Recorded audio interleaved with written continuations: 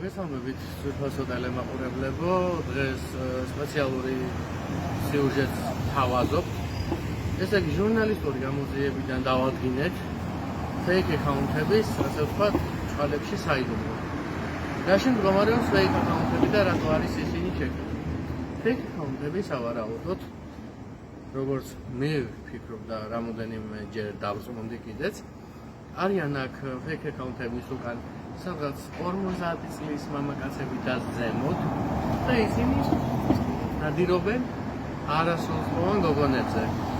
მოგეხსენებათ, რომ არასრულწლოვან გოგონებთან კავშირი ზრდასრული მამაკაცის ისჯება კანონით 20 წლიდან სამუდამო პატიმრობამდე. გოგონების გადასულები არიან, ასე ვთქვათ, ფულის აღლეტვაზე და უნდათ რომ მამაკაცები ასე ვთქვათ გადააქციონ მათ მოსიარულე ბანკებად ზედაპირულად.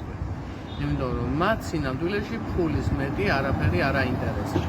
ამ მამაკაცებს კიდევ სექსის მეტი არაფერი არ აინტერესებს. და ხანდახან ჩნდება კითხვა, რომ ესე იგი გოგონები Facebook-ის უკან მამაკაცები არიან თუ პირიქით, თუ მამაკაცები fake account-ების უკან გოგოები არიან და პირიქით, ვინ ვის ატყუებს, კაცმა არ იცის. იმედი მაქვს, უფრო მეტი გაკეთდება, უფრო მეტი გამოძიებას გავაკეთებთ და უფრო მეტი გაირკვევა ამ ფაქტთან დაკავშირებით.